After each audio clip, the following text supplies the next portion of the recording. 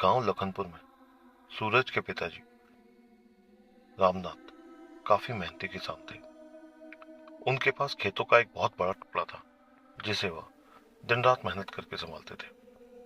गांव के कई किसानों की तरह वह भी अंधविश्वास और भूत प्रेतों की कहानियों पर ज्यादा तवज्जो नहीं दिया करते थे। लेकिन एक बार जो उनके साथ हुआ उसने न सिर्फ उनके बल्कि पूरे गांव को झकझोर के रख दिया। यह घटना सर्दियों की एक रात की थी जब सूरज के पिताजी खेत में पानी लगाने गए थे। खेत दूर थे और वहां पहुंचने के लिए एक सुनसान पगडंडी से गुजरना पड़ता था। सूरज ने अपने पिताजी से कहा, बाबूजी, इतनी रात को खेत पे जाने की क्या जरूरत है? सुबह चलेंगे, सुबह देख लेंगे। लेकिन रामनाथ ने जवाब दिया, नहीं, पानी नहीं लगाया तो फसल सूख जाएगी। और वैसे भी ये डरने की बात नहीं है। मैं बचपन से रातों में खेत संभालता आया हूं। वह एक टॉर्च और एक फावड़ा लेकर अपने खेतों की ओर चलती है। खेतों की ओर जाते हुए उन्होंने देखा कि खेत में काफी घना अंधेरा है। चांदनी रात होने के बावजूद भी वहां का माहौल काफी अजीब और डरावना था।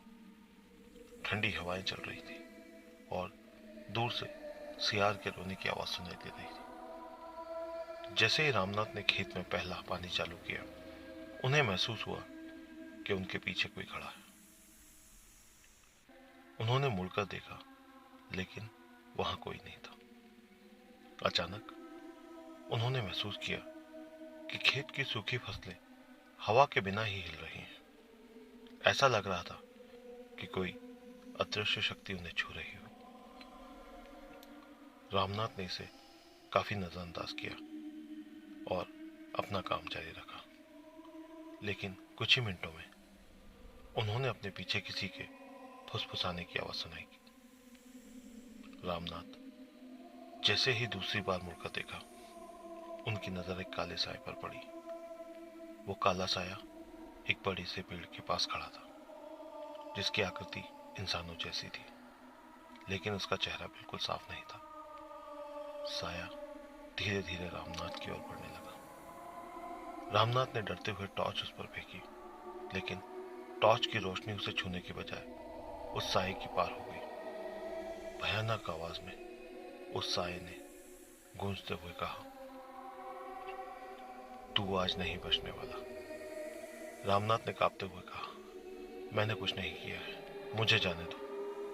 लेकिन साया उनकी ओर इतनी तेजी से बढ़ा और उन पर झपट पड़ा। रामनाथ को ऐसा लगा जैसे उनका पूरा शरीर ठंडा पड़ गया हो। उनकी सांसें काफी तेज हो गई और आंखों के आगे अंधेरा छाने लगा। किसी तरह रामनाथ घर पर लौटे, लेकिन वह बिल्कुल बदले हुए लग रहे थे। उनका चेहरा पीला पड़ा हुआ था और उनकी आंखों में डर साफ झलक रहा था। सूरज ने पूछा, क्या हुआ बाबूजी, आप ठीक तो हो? रामनाथ ने कांपती आवाज में जवाब दिया, मुझे नहीं पता, लेकिन लेकिन उस खेत में कुछ था, कुछ बहुत ही भयानक। उस रात रामनाथ को काफी तेज बुखार रहा और सारी रात वह बड़बड़ाते रहे कि काला साया, वो मुझे मार देगा, वह खेत में रहता है। सूरज और उसकी मां ने डॉक्टर को बुलाया, लेकिन डॉक्टर ने उसे एक साधारण बुखार समझकर दवाइयां दे दी।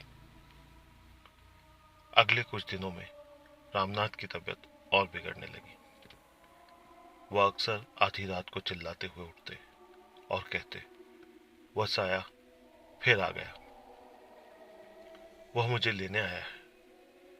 उनकी हालत देखकर पूरा परिवार डर रहा था। सूरज ने गांव के बुजुर्गों से मदद मांगी। बुजुर्गों ने कहा, यह साधारण बीमारी नहीं है, तुम्हारे पिताजी ने किसी बुरी आत्मा को छेड़ दिया है, हमें तुरंत इसके लिए कोई उपाय करना होगा। बुजुर्गों ने सूरज को बताया कि वह खेत पहले से ही एक भूतिया जगह के नाम से जाना जाता है। वहां कई साल पहले एक आदमी रघुनाथ की संदिग्ध हालत में मौत हो गई थी।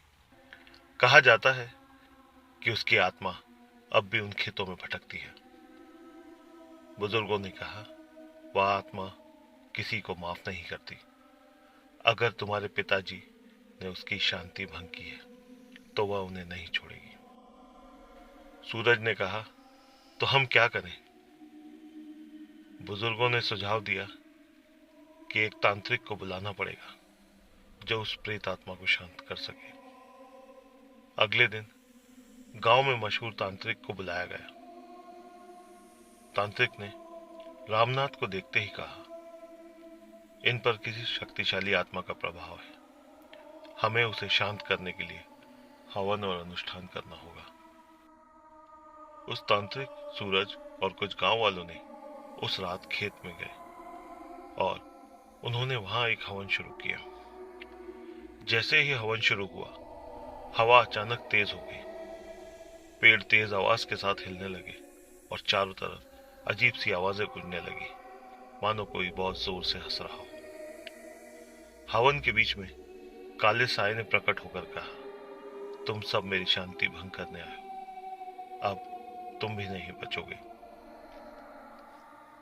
जैसे ही साया उस तांत्रिक की ओर बढ़ा, तांत्रिक ने मंत्र उच्चारण जारी रखा। साया बार बार चीखने लगा और अंत में वह गायब हो गया। तांत्रिक ने कहा, यह आत्मा बहुत मजबूत है, इसे पूरी तरह से शांत करना आसान नहीं होगा, लेकिन मैंने जो फिलहाल इसे दूर भगा दिया है, तुम्हारे पिताजी अब ठीक हो जाएंगे। इस तंत्र के बाद रामनाथ की तबीयत धीरे धीरे ठीक होने लगी, लेकिन वह अब कभी भी उन खेतों में नहीं गए। उन्होंने सूरज से कहा, उस साय ने जो डर मेरे दिल में बिठाया है वह कभी नहीं जाएगा। तांत्रिक ने भी यह चेतावनी दी कि साया पूरी तरह से शांत नहीं हुआ है। अगर किसी ने उसकी जगह को फिर छेड़ा तो वो वापस आ जाएगा। गांव के लोग अब भी उन खेतों से दूर रहते थे, परंतु कई सालों बाद भी जब जब कोई नई फसल वहां लगती, लोग अक्सर रात में अजीब घटनाओं की शिकायत करते।